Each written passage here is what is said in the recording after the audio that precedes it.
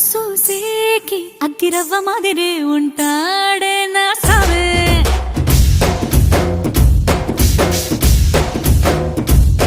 మెత్తాని పత్తి పువ్వుల మరే సంటో